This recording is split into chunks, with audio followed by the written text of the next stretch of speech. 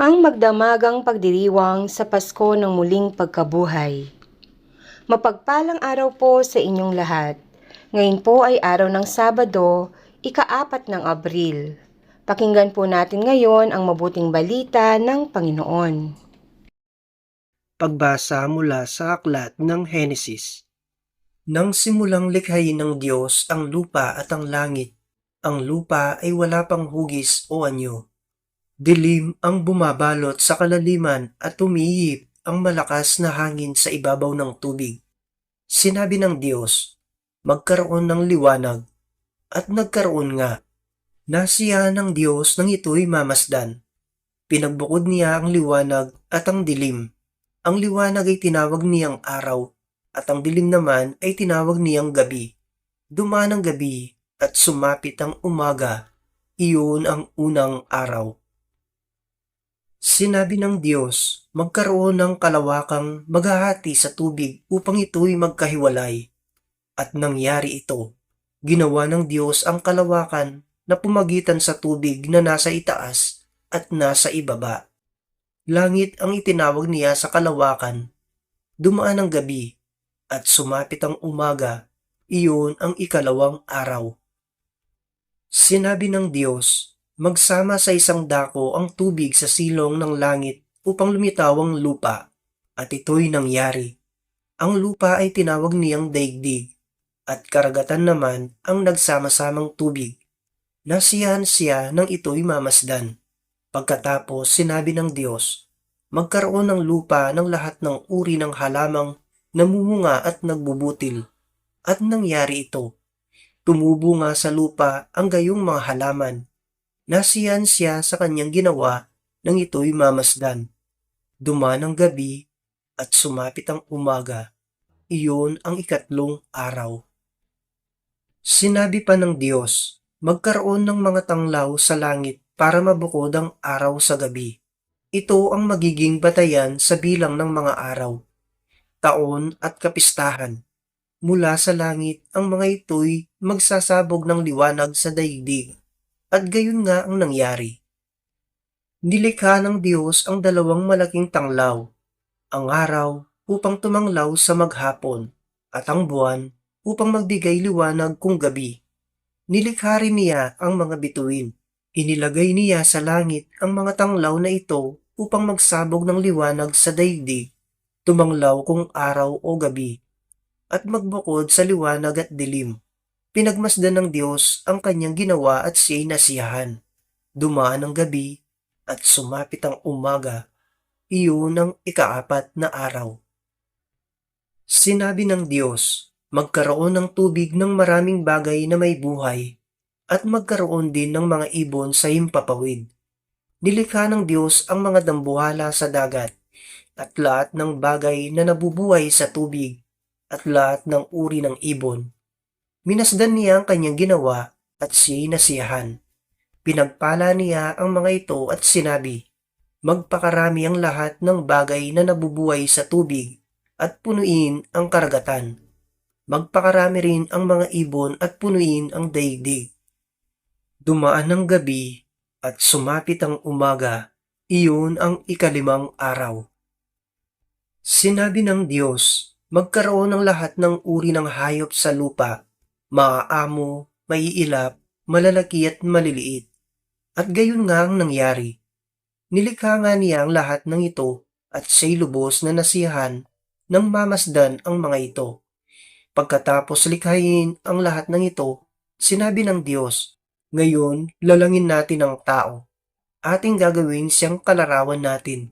Siya ang mamamahala sa mga isda, mga ibon at lahat ng hayop, maging maamo o mailap, malaki o maliit. Nilalang nga ng Diyos ang tao ayon sa kanyang larawan. Lumalang siya ng isang lalaki at isang babae, at sila'y pinagpala. Wika niya, magpakarami kayo at punuin ng inyong mga supling ang buong daigdig at pamahalaan ito. Binibigyan ko kayo ng kapangyarihan sa mga isda, sa mga ibon, at sa lahat ng mailap na hayop, maging malalaki o maliliit. Bibigyan ko rin kayo ng lahat ng uri ng butil at mga bungang kahoy na inyong makakain. Ang lahat ng halamang luntian ay bibigay ko naman sa mahilap na hayop, malaki man o maliit, at sa lahat ng mga ibon. At ito nga ang nangyari. Pinagmasdan ng Diyos ang lahat niyang ginawa at lubos siyang nasiyahan. Dumaan ang gabi at sumapit ang umaga, ito ang ika-6 na araw. Gayon, nilikha ng Diyos ang lupa, ang langit, at lahat ng bagay na naroroon. Sa loob ng 6 na araw, tinapos niyang likhayin ang lahat ng ito, at siya'y nagpahinga sa ika-7 araw. Ang Salita ng Diyos. Salamat sa Diyos. Salmong Tugunan. Espiritu mo'y suguin poon, tanay iyong baguhin. Pinupuri ka, poong Diyos, nitong aking kaluluwa. Ikaw, Panginoong Diyos ko, ay dakila mong talaga. Ang taglay mong kasuot ay dakila rit marangal pa. Nababatbat ka, poong Diyos, ng liwanag na kay ganda. Espiritu mo'y suguin poon, tanay iyong baguhin. Ikaw na rin ang nagtayo ng saligan nitong lupa. Matatag na ginawa mo't hindi ito mauuga. Ang ibabaw ng salig ay ginawa mong karagatan at tubig din ang bumalot sa lahat ng kabundukan. Espiritu mo'y suguin poon, tanay iyong baguhin. Lumilikha ka ng ilog na patungong kapatagan. Sa gilid ng mga burol, umaagos na marahan. Sa naroroong kakahuyay, umaawit ng masaya. Mga iboy nagpupugad sa malabay nilang sanga. Espiritu mo'y suguin poon, tanay iyong baguhin. Magmula sa kalangitan, mga bundok ay nadilig. Ibinuhos ang biyayat, lumaganap sa daigdig. Tumubo ang mga damong pagkain ng mga baka. Nagkaroon ng halamang masaganang namumunga. Ano pat ang mga tao'y may pagkaing nakukuha. Espiritu mo'y suguin poon, tanay iyong baguhin. Sa daigdig, Panginoon, kay rami ng iyong likha, pagkat ikaw ay marunong, kaya ito ay nagawa. Ang dami ng nilikha mong nakalaganap sa lupa, Panginooy purihin mo, kaluluwa. Purihin ang Panginoon, o purihin mo nga siya. Espiritu mo'y suguin poon, tanay iyong baguhin. Pagbasa mula sa aklat ng Henesis. Noong mga araw na iyon, sinubok ng Diyos si Abraham. Tinawag siya ng Diyos at tumugon naman siya. Sinabi sa kanya, "Isama mo ang pinakamamahal mong anak na si Isaac at magpunta kayo sa lupain ng Moriah. Umakyat kayo sa bundok na ituturo ko sa iyo at ihandog mo siya sa akin." Kinabukasan, maagang bumangon si Abraham at sumakay sa asno, kasama si Isaac at ang 2 aliping lalaki. May dala silang kahoy na panggatong. Matapos ang 3 araw na paglalakbay, natanaw nila ang dakong kanilang patutunguhan. Kaya't sinabi ni Abraham sa kanyang mga alipin, "Bantayan na ninyo rito ang asno, at kami na lamang ni Isaac ang magtutuloy.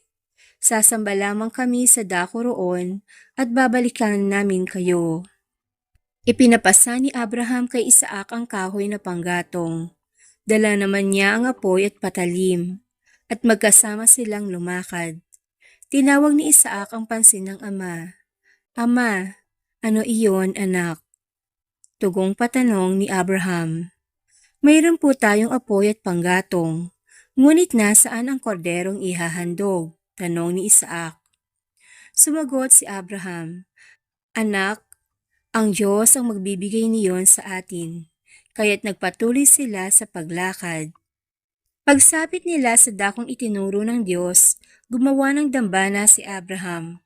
Inayos niya sa ibabaw nito ang panggatong at inihiga si Isaac matapos kapusin. Nang sasasakinan niya ang bata, tinawag siya ng anghel ng Panginoon at mula sa langit ay sinabi, "Abraham, Abraham." Huwag mong patayin ang bata, huwag mo siyang saktan. Naipakita mo ng handa kang sumunod sa Diyos sapagkat hindi mo ipinagkait sa Kanya ang kaisa-isa at pinakamamahal mong anak. Paglingon niya'y may nakita siyang isang lalaking tupa na ang mga sungay ay napasabit sa mga sanga ng kahoy. Ito ang kinuha ni Abraham at inihandog kapalit ng kanyang anak. Ang lugar na iyo'y tinawag ni Abraham na ang Panginoon ang nagkaloob at magpahanggang ngayon sinasabi ng mga tao, sa bundok ng Panginoon ay may nakalaan. Mula sa langit, nagsalitang muli kay Abraham ang anghel ng Panginoon. Wika nito, akong Panginoon ang nangangako sa iyo, yamang hindi mo ipinagkait sa akin ang kaisa-isa mong anak, pagpapalain kita. Ang lahi mo'y magiging sindami ng bituin sa langit at ng buhangin sa dagat. Lulupigin nila ang mga lungsod ng kanilang mga kaaway. Sa pamamagitan ng iyong lahi, pagpapalain ang lahat ng bansa sa daigdig sapagkat ikaw ay tumalima sa akin. Ang Salita ng Diyos. Salamat sa Diyos. Salmong Tugunan. Diyos ko, ang aking dalangi ako'y iyong tangkilikin. Ikaw lamang, Panginoon, ang lahat sa aking buhay. Ako'y iyong tinutugon sa lahat kong kailangan. Ang biyayang kaloob mo ay kahanga-hangang tunay. Nababatid ko na ika'y kasama ko oras-oras. Sa piling mo kailanmay hindi ako matitinag. Diyos ko, ang aking dalangi, ako iyong tangkilikin. Kaya't ako'y nagdiriwang, ang diwa ko'y nagagalak. Ang lagi kong nadaramay, hindi ako matitinag. Sa balon ng mga patay, upang doon ay maagnas. Diyos ko, ang aking dalangi, ako iyong tangkilikin. Ituturo mo ang landas na buhay ang hahantungan. Sa piling mo'y madarama ang lubos na kagalakan. Ang tulong mo'y nagdudulot ng ligayang walang hanggan. Diyos ko, ang aking dalangi, ako iyong tangkilikin. Pagbasa mula sa aklat ng Eksodo. Noong mga araw na iyon, sinabi ng Panginoon kay Moises, "Bakit mo ako tinatawag? Palakarin mo ang mga Israelita. Itapat mo sa ibabaw ng dagat ang iyong tungkod. Mahahati ang tubig at matutuyo ang lalakaran ninyo. Lalo kong pagmamatigasin ang mga Ehipsyo at pasusundan ko kayo sa kanila, ngunit doon sila lilipulin.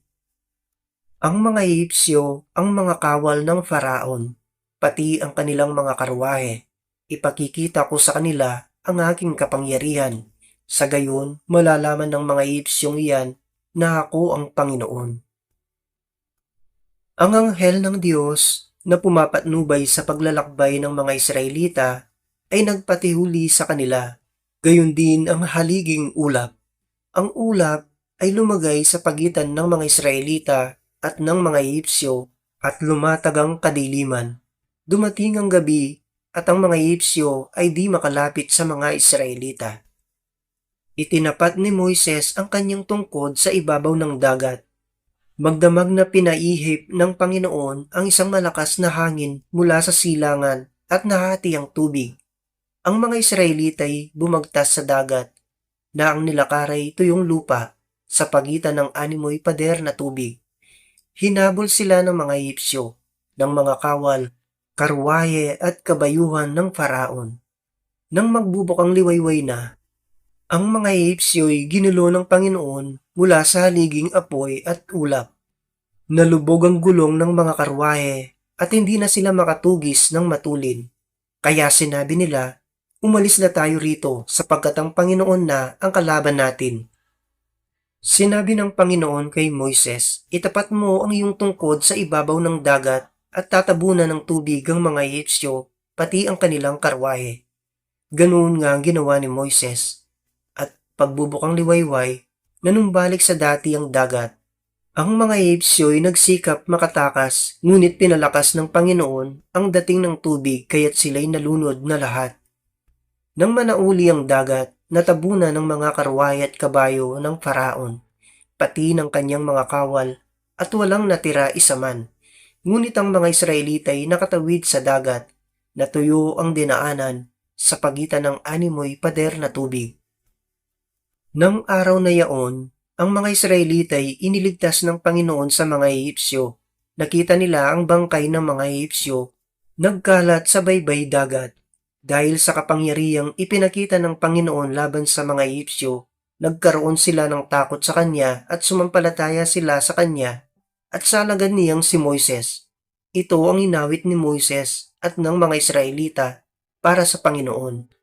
Ang Panginooy atin ngayong awitan sa kanyang kinamtang dakilang tagumpay. Ang mga kabayo't kawal ng kaaway sa pusod ng dagat, lahat natabunan. Ang Salita ng Diyos. Salamat sa Diyos. Salmong Tugunan. Puon ay ating awitan sa kinamtan niyang tagumpay. Ang Panginooy ating ngayong awitan sa kanyang kinamtang dakilang tagumpay. Ang mga kabayo't kawal ng kaaway sa pusod ng dagat, lahat natabunan. Ako'y pinalakas niya at pinatatag. Siya ang saki nagkukupkop, nag-ingat. Diyos ng magulang ko, aking manliligtas. Poon ay ating awitan sa kinamtan niyang tagumpay.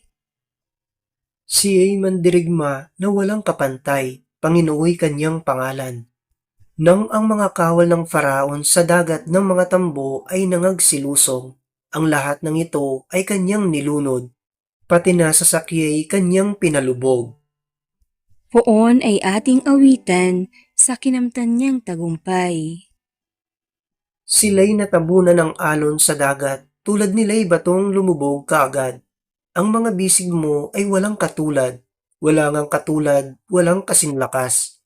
Sa isang hampas mo, kaaway nangalat. Nangadurog man din sa iyong mga palad. Poon ay ating awitan sa kinamtan niyang tagumpay. Sila'y dadalhin mo sa pinili mong bundok, sa lugar na itinangi mo, para maging iyong lubos at sa santuaryong natayo ayon sa iyong loob. Ikaw, Poon, maghahari magpakailanman. Poon ay ating awitan sa kinamtan niyang tagumpay. Pagbasa mula sa aklat ni Propeta Isaías. Ang iyong naging kasintahay ang may likha sa iyo. Siya ang makapangyarihang Panginoon. Ililigtas ka ng Diyos ng Israel. Siya ang hari ng lahat ng bansa. Israel, ang katulad mo ay babaeng bagong kasal, iniwan ng asawa, batbat ng kalungkutan. Ngunit tinawag kang muli ng Panginoon sa kanyang piling at sinabi, sandaling panahon kita'y iniwanan, ngunit dahil sa tapat kong pag-ibig, muli kitang kukupkupin. Sa tindi ng galit, nilisan kita sandali, ngunit habang panahon kong ipadarama sa iyo ang tapat kong pagmamahal. Iyan ang sabi ng Panginoon na nagligtas sa iyo. Nang panahon ni Noe, ako ay sumumpang di na mauulit na ang mundong ito'y gunawin sa tubig. Gayon din sa ngayon, iiwasan ko nang sa iyo'y magalit at hindi na kita parurusahan uli. Maguguho ang mga bundok at ang mga burol, ngunit ang pag-ibig ko'y hindi maglalaho at mananatili ang kapayapaang aking pangako. Iyan ang sinasabi ng Diyos na Panginoon na nagmamahal sa iyo. Sinabi ng Panginoon, O Jerusalem, nagdurusang lungsod na walang umaliw sa kapighatian, muling itatayo ang mga pundasyon mo. Ang gagamitin ko'y mamahaling bato. Gagamiti ruby sa mga tore mo, batong maningning ang iyong pintuan, at sa mga pader ay mga hiyas na makinang. Ako ang magtuturo sa iyong mga anak. Sila'y magiging payapa at buhay ay uunlad, patatatagin ka ng katarungan at katuwiran. magiging malayo sa mananakop at sa takot. Ang Salita ng Diyos. Salamat sa Diyos. Salmong Tugunan. Poong sa akin nagligtas, ang dangal mo'y aking galak. O Panginoon ko, sa iyong ginawa, kita'y pinupurit ako'y iniligtas. Kaya ang kaaway ay di na nakuhang matuwa't magalak.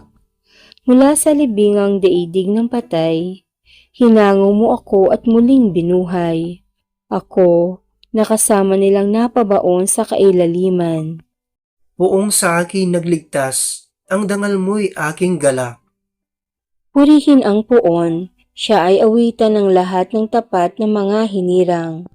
Iyong gunitain ang mga ginawa ng Diyos na banal, ang kanyang ginawa ay lalahanin at pasalamatan. Hindi nagtatagal yaong kanyang galit, at ang kabutihan niya'y walang wakas. Ang abang may hapis, at tigmak sa luha, sa buong magdamag, sa bukang liwayway ay wala ng lungkot, kapalit ay galak. Poong sa akin nagligtas, ang dangal mo'y aking galak. Kaya't ako'y dinggin, ikaw ay mahabag sa akin o poon. Ako ay pakinggan, mahabag ka. Poon, ako ay dinggin mo at iyong tulungan. Nadama ko'y galak ng iyong hubarin ang aking panluksa. Sa pasasalamat sa iyo, o poon, ay di magsasawa. Poong sa akin nagligtas, ang dangal mo'y aking galak. Pagbasa mula sa aklat ni Propeta Isaías. Sinabi ng Panginoon, narito ang tubig, mga nauuhaw. Ang mga walang salapi ay kumuha rito at bumili ng pagkain. Hali kayo at bumili ng alak at gatas. Bumili kayo, ngunit walang bayan. Bakit ginugugol ang salapi sa mga bagay na hindi nakakabusog? Bakit tinuubos ang pera sa mga bagay na walang halaga? Makinig kayo sa akin at sundin ang utos ko at matitikman ninyo ang pinakamasarap na pagkain. Pumarito kayo, kayo ay lumapit at ako'y pakinggan. Makinig sa akin nang kayo'y mabuhay. Ako'y may gagawing walang hanggang tipan at ipalalasap sa inyo ang pagpapalang ipinangako ko kay David. Ginawa ko siyang hari at puno ng mga bansa at sa pamamagitan niya'y ipinamalas ang aking kapangyarihan. Iyong tatawagin ang mga bansang hindi mo kilala. Mga bansang di ka kilalay, sa iyo pupunta. Dahilan sa Panginoon, banal ng Israel, ang Diyos na nagpalat, sa iyo'y dumakila. Hanapin ang Panginoon samantalang siya'y iyong makikita. Siya ay tawagin habang malapit pa. Ang mga gawain ng taong masamay dapat nang talikdan, at ang mga likoy dapat magbago na ng maling isipan. Sila'y manumbalik, lumapit sa Panginoon upang kahabagan, at mula sa Diyos matatamo nila ang kapatawaran. Ang wika ng Panginoon, ang aking isip ay di ninyo isipan, at magkaiba ang ating daan. Kung paano ang langit higit na mataas, mataas sa lupa, ang dahat isip ko'y hindi maaabot ng inyong akala. Ang ulan at niebe, paglagpak sa lupa'y di na nagbabalik. Aagos na ito sa balat ng lupa't nagiging pandilig. Kaya may pagkait butil na panghasik. Ganyan din ang aking mga salita. Magaganap nito ang lahat kong nasa. Ang Salita ng Diyos. Salamat sa Diyos. Salmong Tugunan. May galak tayong sumalok sa batis ng manunubos. Ang Diyos ang siyang nagliligtas sa akin. Tiwalang-tiwala ako at wala mong timang pangamba. Sapagkat ang poon, ang lahat sa akin, siya ang aking awit, ang aking kaligtasan. Malugod kayong sasalok ng tubig sa batis ng kaligtasan. May galak tayong sumalok sa batis ng manunubos. Magpasalamat kayo sa poon, siya ang inyong tawagan. Ipaalam ninyo sa mga bansa ang kanyang ginawa. Ipahayag ninyo ang kadakilaan ng kanyang pangalan. May galak tayong sumalok sa batis ng manunubos. Umawit kayo ng papuri sa poon, sapagkat kahanga-hanga ang kanyang mga ginawa. Ipahayag ninyo ito sa buong daigdig. Mga anak ng Siyon, umawit kayo ng buong galak, sapagkat nasa piling ninyo ang dakila at ang banal ng Israel. May galak tayong sumalok sa batis ng manunubos. Pagbasa mula sa aklat ni Propeta Baruk. Dinggin mo, Israel, ang mga kautosang nagbibigay buhay. Makinig ka at nang ikaw ay matuto. Israel, bakit ka nasa lupain ng iyong mga kaaway? Bakit ka tumanda sa ibang lupain? Bakit itinakwil kang parang patay at ibinilang na sa mga patay? Ang dahilan ay sapagkat itinakwil mo ang bukal ng karunungan. Kung lumakad ka lang sa landas ng Diyos, sana'y namumuhay kang matiwasay sa habang panahon. Hanapin mo ang bukal ng pangunawa, lakas at kaalaman, at malalaman mo kung nasaan ang mahabang buhay. Ang liwanag na sa iyo'y papatnubay, at ang kapayapaan. May nakatuklas na ba kung saan nakatira ang karunungan? O nakapasok sa kanyang taguan ng yaman? Ang Diyos na nakaalam ng lahat ng bagay, ang tanging nakakakilala sa karunungan. Natatarok din niya ito sa pamamagitan ng kanyang kaalaman. Siya ang lumikha at naglagay dito ng lahat ng uri ng mga hayop. Nag-utos siya at lumitaw ang liwanag. Nanginginig ito sa takot kapag siya'y tumatawag. Tinawag din niya ang mga tala at madali silang nagsitugon. Narito po kami. Lumagay sila sa kani-kanilang lugar at masayang nagniningning para bigyang lugod ang lumikha sa kanila. Ito ang ating Diyos. Walang makapapantay sa Kanya. Alam niya ang daan ng karunungan at ito'y ipinagkaloob niya sa lingkod niyang si Jacob, kay Israel na kanyang minamahal. Mula noon, nakita na sa daigdig ang karunungan at nanatili sa sangkatauhan. Ang karunungan ang siyang aklat ng mga utos ng Diyos, ang batas na mananatili magpakailanman. Ang manghawak dito'y mabubuhay, at ang tumalikod ay mamamatay. O bayang Israel, tanggapin ninyo ang karunungan, at lumakad kayo sa kanyang liwanag. Huwag ninyong ibigay sa ibang lahi ang inyong karangalan at mga karapatan. Mapalad tayo mga Israelita, pagkat alam natin kung ano ang nakasisiya sa Diyos. Ang Salita ng Diyos. Salamat sa Diyos. Salmong Tugunan. Panginoon, iyong taglay ang salitang bumubuhay. Ang batas ng Panginoon ay batas na walang kulang. Ito'y utos na ang dulot sa tao ay bagong buhay. Yung kanyang mga batas ay mapagtitiwalaan, nagbibigay ng talino sa pahat ang kaisipan. Panginoon, iyong taglay ang salitang bumubuhay. Ang tungtuning ibinigay ng poon ay wastong utos. Liligaya ang sinuman kapag ito ang sinunod. Ito'y wagas at matuwid pagkat mula ito sa Diyos. Pangunawa ng isipan, yaong bungang idudulot. Panginoon, iyong taglay ang salitang bumubuhay. Yaong paggalang sa poon ay marapat at mabuti. Isang banal na tungkulin na iiral na parati. Pati mga hatol niya'y matuwid na kahatulan. Kapag siya ang humatol, ang pasya ay pantay-pantay. Panginoon, iyong taglay ang salitang bumubuhay. Ito'y higit pa sa ginto na maraming nagnanais, higit pa sa gintong lantay na ang hangad ay makamit. Matamis pa kay sa pulot na sakdal tamis, kahit anong pulot ito, na dalisay at malinis. Panginoon, iyong taglay ang salitang bumubuhay. Ikapitong pagbasa. Pagbasa mula sa aklat ni Propeta Ezekiel. Sinabi sa akin ng Panginoon, Tao, Nang ang Israel ay unang tumira sa kanilang lupain, pinarami nila ito sa kanilang kasamaan. At dahil sa dugong pinadanak nila sa lupain at dahil sa kanilang mga Diyos-Diyosan, ibinuhos ko sa kanila ang aking matinding puot. Itinapon ko sila at ikinalat sa iba't ibang panig ng daigdig. Ginawa ko sa kanila ang nararapat sa kanila, ngunit sa mga lugar na kinatapunan nila, binigyan daan nila ang mga tao upang hamakin ang aking pangalan. Sinabi ng mga tao sa kanila, "Hindi ba sila'y mga mamamayan ng Panginoon? Bakit pinaalis sa kanilang bayan? Nabahala ako dahil sa banal kong pangalan na ipinahamak ng mga Israelita sa mga dakong kinapuntahan nila.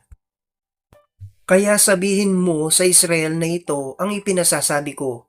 Lahat ng ginagawa ko ay hindi dahil sa inyo, mga Israelita, kundi sa banal kong pangalan na inyong binigyang daang hamakin sa mga lugar na pinagtapunan ko sa inyo. Ipakikita ko ang kabanalan ng dakila kong pangalan na nalapastanganan sa harap ng mga bansa. Makikilala ng lahat na ako ang Panginoon kung maipakita ko na sa kanila ang aking kabanalan. Titipunin ko kayo mula sa iba't ibang bansa upang ibalik sa inyong bayan. Wiwisikan ko kayo ng tubig na dalisay upang kayo'y luminis. Aalisin ko rin ang naging mantsa ninyo dahil sa inyong mga Diyos-Diyosan. Bibigyan ko kayo ng bagong puso at bagong espiritu. Ang masuwayin ninyong puso ay gagawin kong masunurin. Bibigyan ko kayo ng aking espiritu upang makalakad kayo ayon sa aking mga tuntunin at masunod ninyong mabuti ang aking mga utos. Ititira ko kayo sa lupaing ibinibigay ko sa inyong mga ninuno. Kayo ay magiging bayan ko at ako ang inyong Diyos." Ang Salita ng Diyos. Salamat sa Diyos. Salmong Tugunan. Parang usang nauuhaw, akong sabik sa may kapal. Nananabik ako sa Diyos, Diyos na buhay walang iba. Kailan kaya maaaring sarap mo ay sumamba? Parang usang nauuhaw, akong sabik sa may kapal. Papunta sa templo ng Diyos, ako ang siyang nangunguna. Pinupuri namin ang Diyos sa pag-awit na masaya. Parang usang nauuhaw, akong sabik sa may kapal. Ang totoo't ang liwanag, buhat sa iyo ay pakamtan, upang sa Siyon ay mabalik, sa bundok mong dakong banal, sa bundok mong pinagpala, at sa templo mong tirahan. Parang usang nauuhaw, akong sabik sa may kapal. Sa dambana mo, O Diyos, ako naman ay dudulog, yamang galak at ligaya ang sa aking iyong dulot. Sa saliw ng aking alpay, magpupuri akong lubos, buong lugod na aawit ako sa Diyos na aking Diyos. Parang usang nauuhaw, akong sabik sa may kapal. Hindi mo nanais ang mga panghandog, sa haing sinunog, di ka nalulugod. Ang handog ko, O Diyos, na karapat-dapat ay ang pakumbabat pusong mapagtapat. Parang usang nauuhaw, akong sabik sa may kapal. Pagbasa mula sa sulat ni Apostol San Pablo sa mga taga-Roma. Mga kapatid, hindi ba ninyo nalalaman na tayong lahat na nabinyagan kay Kristo Jesus ay nabinyagan sa kanyang kamatayan? Sa makatuwid, tayo'y namatay at nalibing na kasama niya sa pamamagitan ng binyag upang kung paanong binuhay na muli si Kristo sa pamamagitan ng dakilang kapangyarihan ng Ama, tayo na may mabuhay sa isang bagong pamumuhay. Sapagkat kung nakaisa tayo ni Kristo sa isang kamatayang tulad ng kanyang kamatayan, tiyak na makakaisa niya tayo sa isang muling pagkabuhay tulad ng kanyang pagkabuhay. Alam natin na ang dati nating pagkatao ay ipinakong kasama niya upang mamatay ang makasalanang katawan at nang hindi na tayo maalipin pa ng kasalanan. Sapagkat ang namatay na ay pinalaya mula sa kapangyarihan ng kasalanan. Ngunit tayo'y naniniwalang mabubuhay tayong kasama ni Kristo kung namatay tayong kasama niya. Alam nating si Kristo na muling binuhay ay hindi na muling mamamatay. Wala ng kapangyarihan sa kanya ang kamatayan. Nang siya'y mamatay, namatay siya ng minsanan para sa kasalanan at ang buhay niya ngayon para sa Diyos. Kaya dapat ninyong ibilang ang inyong sarili na patay na sa kasalanan, datapwat buhay naman para sa Diyos sa inyong pagkikipag-isa kay Kristo Jesus. Ang Salita ng Diyos. Salamat sa Diyos. Salmong Tugunan. Aleluya, aleluya, aleluya. O pasalamatan ng Diyos na Panginoon, pagkat siya'y mabuti, ang kanyang pag-ibig ay napakatatag at mananatili. Ang taga-Israel, bayaang sabihit kanilang hiyayag, ang pag-ibig ng Diyos ay hindi kukupas. Aleluya, aleluya, aleluya. Ang lakas ng puon, ang siyang nagdulot ng ating tagumpay sa pakikibaka sa ating kaaway. Aking sinasabing, di ako papanaw. Mabubuhay ako upang isalaysay ang gawa ng Diyos na Panginoon ko. Aleluya, aleluya, aleluya. Ang batong natakwil ng nagtatayo ng tirahang bahay, sa lahat ng bato'y higit na mausay. Ang lahat ng ito, ang nagpamalas ay ang Panginoong Diyos, kung iyong mamasdan ay kalugod-lugod. Aleluya, aleluya, aleluya. Ang mabuting balita ng Panginoon ayon kay San Marcos. Pagkaraan ng araw ng pamamahinga, si Maria Magdalena, si Mariang ina ni Santiago at si Salome ay bumili ng pabango upang ipahid sa bangkay ni Jesus. At nang linggo ng umaga, pagsikat ng araw, sila'y nagpunta sa libingan. Nag-usap-usap sila habang nasa daan. Sino kaya ang ating mapakikiusapang magpagulong ng batong nakatakip sa pintuan ng libingan? Napakalaki ng batong iyon, kaya gayon ang sabi nila. Ngunit nang tanawin nila ang libingan, nakita nilang naigulong na ang bato. Pagpasok nila sa libingan, nakita nilang nakaupo sa gawing kanan ang isang binatang nararamtan ng mahaba at puting damit, at sila'y natakot. Huwag kayong matakot, sabi ng lalaki. Hinahanap ninyo si Jesus, ang taga-Nazaret na ipinako sa krus. Wala na siya rito, siya'y muling nabuhay. Tingnan ninyo ang pinaglagyan sa kanya. Kaya humayo kayo at sabihin ninyo sa mga alagad, lalo na kay Pedro, na manguuna siya sa inyo sa Galilea. Makikita ninyo siya roon gaya ng sinabi niya sa inyo. Ang mabuting balita ng Panginoon. Pinupuri ka namin, Panginoong Hesukristo.